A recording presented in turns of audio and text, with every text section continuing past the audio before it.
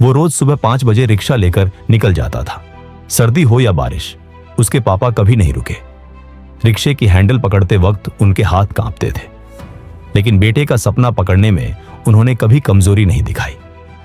नाम था अर्जुन, एक ऐसा लड़का जो अपने घर की छत से ज्यादा अपने पापा की पीठ को ताकत समझता था, क्योंकि वहीं से उसकी सवारी शुरू हुई थी, गरीबी से अमीरी की तरफ।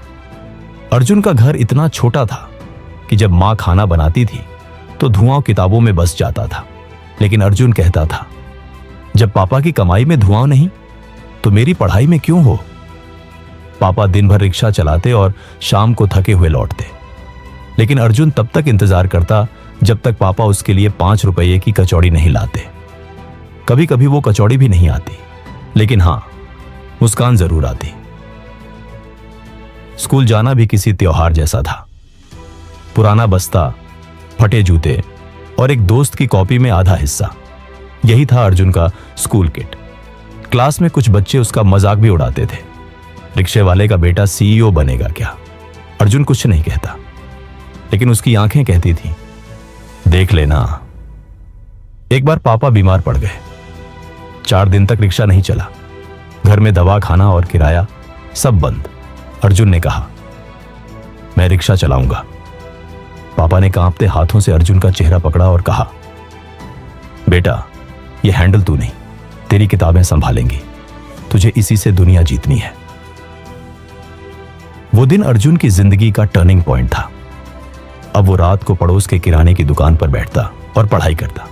दुकानदार उसे थोड़ी रोशनी देता और अर्जुन पूरे मोहल्ले को उम्मीद। रात के 12 बजते तो उसकी आंखें लाल हो जाती, लेकिन वो खुद से कहता, पापा थक कर नहीं रुके, मैं क्यों रुकूं। क्लास 12 में अर्जुन ने शहर टॉप किया। मीडिया आई, फोटो खींची, लेकिन पापा बस चुपचाप खड़े रहे। किसी ने पूछा, आपका बेटा टॉपर बना, कैसा लग रहा है। पापा बोले, पहली बार ऐसा लग रहा है कि मेरी रिक्शा जमीन नहीं, सपनों की ओर चली। कॉलेज में एडमिशन के लिए पैसा नहीं था। अर्जुन ने स्कॉलरशिप के लिए एग्जाम दिए और सिलेक्ट हो गया। अब उसके पास लैपटॉप था, लेकिन मोबाइल अभी भी बटन वाला था। हॉस्टल के कमरे में वो दोस्तों के साथ कोडिंग करता, आइडियाज सोचता और ये कहता, एक दिन मैं खुद की कंपनी बनाऊंगा। उसने कॉलेज के दौरान एक ऐप बनाया जिसमें छोटे रिक्शा और ठेले वालों की लोकेशन ट्रैक होती थी। नाम रखा राही, क्योंकि उसके पापा भी तो एक राही थे जो जिंदगी की सवारी चला रहे थे। शुरुआत में ऐप को कोई जानता नहीं था, लेकिन एक दिन दिल्ली की एक एनजीओ ने उसे देखा और उसका आइडिया खरीदने का ऑफर दिया। अर्जुन ने मना कर दिया। उसने कहा, मैं अपना सपना बेचने के लिए नहीं, जीने के लिए बना हूं। 3 साल बाद राही पूरे देश में फैल गया। अब हर शहर में लोग अपने छोटे रिक्शा वालों को भी लोकेट कर सकते थे। कस्टमर भी खुश और मजदूर भी। अर्जुन अब सीईओ बन चुका था, लेकिन वो कभी अपने सिग्नेचर को बड़ी बात नहीं समझता था। उसे पापा का पसीना आज भी बड़ा लगता था।